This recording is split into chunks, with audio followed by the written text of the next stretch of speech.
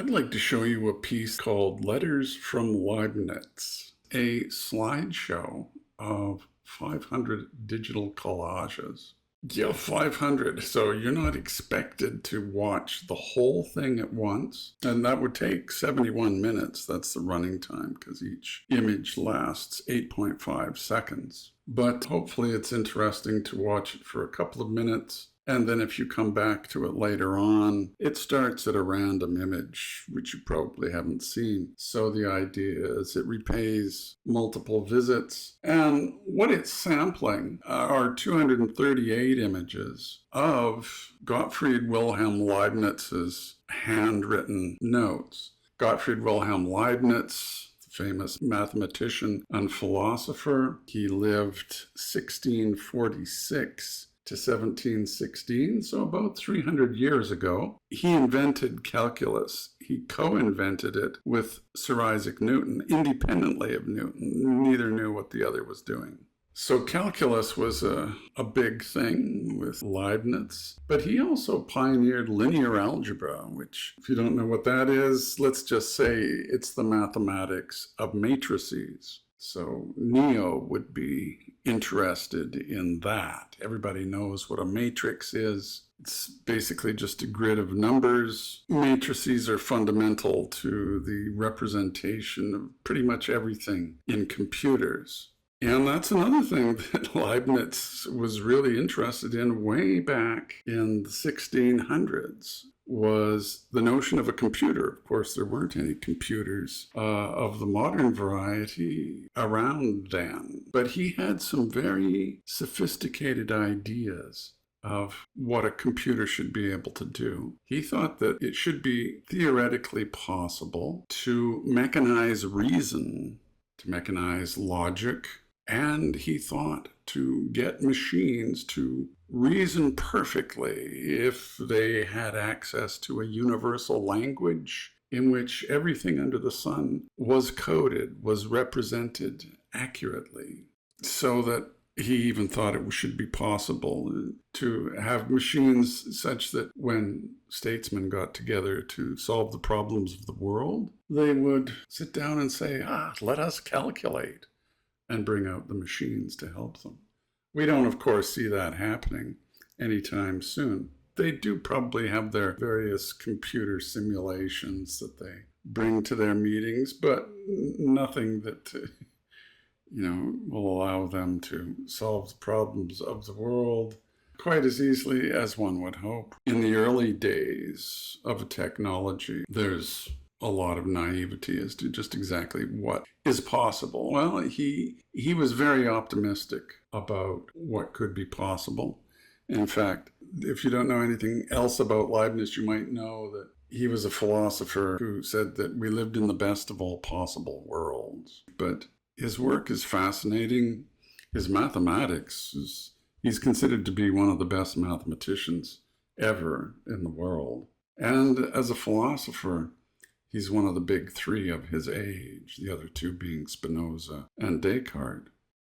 Also, his writing is very interesting. It's very visual, or the 238 pages of his writing that I chose are generally quite visual. We're viewing the slideshow in a piece of software that I wrote called SlidVid. I call it SlidVid because at times it's like video slid to the condition in which I render it.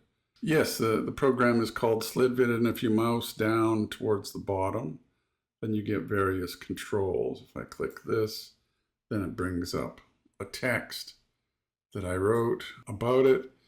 And also this second part of the text says things to see. Well, these are other parts of the project. There's a PDF, an essay that I wrote called On Leibniz and Letters from Leibniz. And then you can also visit the software that I wrote that created these images. It's called Aleph Null. I call it a graphic synthesizer, and it displays a never quite the same twice animation chewing on Leibniz's work. This is a different brush that is again chewing on Leibniz's work. This one draws rings And then there's this slideshow, Visual Leibniz. This is a slid vid of the 238 source images used in this project. In other words, these are the Leibniz pages, unaltered. Very interesting. And this takes you to the Gottfried Wilhelm Leibniz Library in Hanover. It's a fascinating online resource. This is where I got the 238 images. Well, actually 236 of the 238 are from the Leibniz Library. And not only do they let people view Leibniz's work online, but they are even down with me using the images that I used in the project. If you use an image, then you have to credit the library, and then also you have to cite they call it the signature number or string for the image. So, I mean, if you scroll down here, then we see that these are the signatures. And these are the files. If I click this, then it opens up that one, and we see the signature down here. We see that it's from the Gottfried Wilhelm Leibniz Library over here. So yeah, that's one way to view the source images, is right here. But you can also view them in a separate slideshow altogether. If I click Visual Leibniz, then that takes me to another slid vid, a totally different slid vid than the one that we were just looking at, of the 238 images. But yeah, here's one image of binary hexagrams. Leibniz was really interested in binary hexagrams, which I write about in the essay. This is some calculus. One of the things about Leibniz and calculus is that he introduced the dy divided by dx notation that we still use to this day, and the integral sign. There's a lot of images in here that, like this one, are oriented towards the machine that he created. He created a machine called the Step Reckoner, and this was the first machine that was capable of multiplication, division, subtraction, and addition. All of them. There were some problems with it. It wasn't perfect, but he did create this wonderful machine, but had even bigger ideas about what sorts of machines would follow. He was, well, some people have called him prophetic of the computer. He was very, very smart about what could happen with computers. So, let me take you to the PDF. Here it is on Leibniz and Letters from Leibniz. I think it's 8,300 words, the essay. So it's kind of long. You can sample it as you please. Go through it until you find something that you're interested in and stop there. That's how I read. Anyway, that's how I read pretty much everything these days. So I've been sending this off to people involved in the history of mathematics, sending it off to teachers at universities who are engaged in the history of mathematics. But I think it is a broader interest. I think it's kind of interesting as a project in generative computer art. I wrote the software that I used to create these images. Also in digital poetry, I think I have some sort of standing as a digital poet. And certainly Leibniz, I would describe him as a poet of the infinitesimal, the matrix, and the characteristica universalis. Also, Letters for Leibniz is a project in visual writing, for instance. I like to think that the collages are of interest as visual art, abstract art. I like to think that it's of some interest as visual poetry. Certainly there's a lot of language involved in it, both in the essay and here, Leibniz's language. And he was really a language guy. When he went to university, he did a degree in philosophy. He didn't do a degree in mathematics. He learned that later in Paris for 4 years. But he was very much a language guy.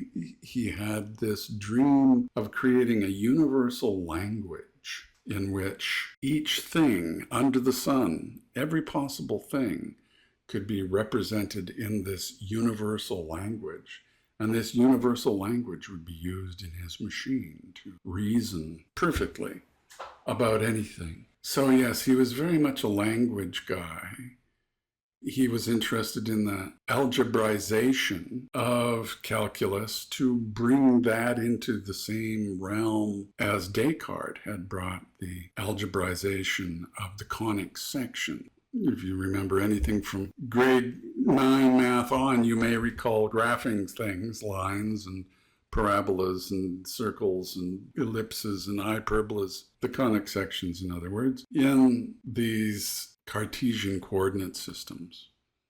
So all of a sudden, geometry was algebraized. Instead of just a parabola, there was an equation that represented the parabola. So these shapes, these geometrical shapes had been algebraized. And Leibniz set about doing that sort of algebraization with calculus, which he succeeded very well. And that's probably one of the reasons why we still use his notation, is his devotion to creating language that worked as an algebraization of calculus.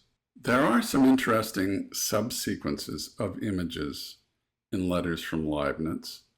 The last 22 images, for instance, which start at, I believe, 478, there we go, are all to do with the machine.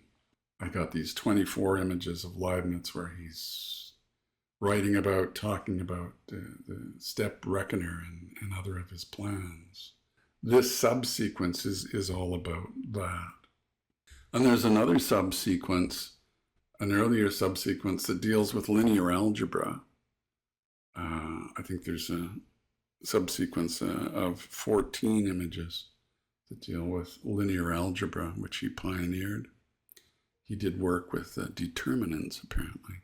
And then there's 80 images that have to do with binary. Leibniz was really into binary, the binary number system, and base 3, base 16. He was the first one to talk about numbers in base 16. That's the deal with Letters from Leibniz. Thanks for listening, and I hope you enjoy it. Ciao.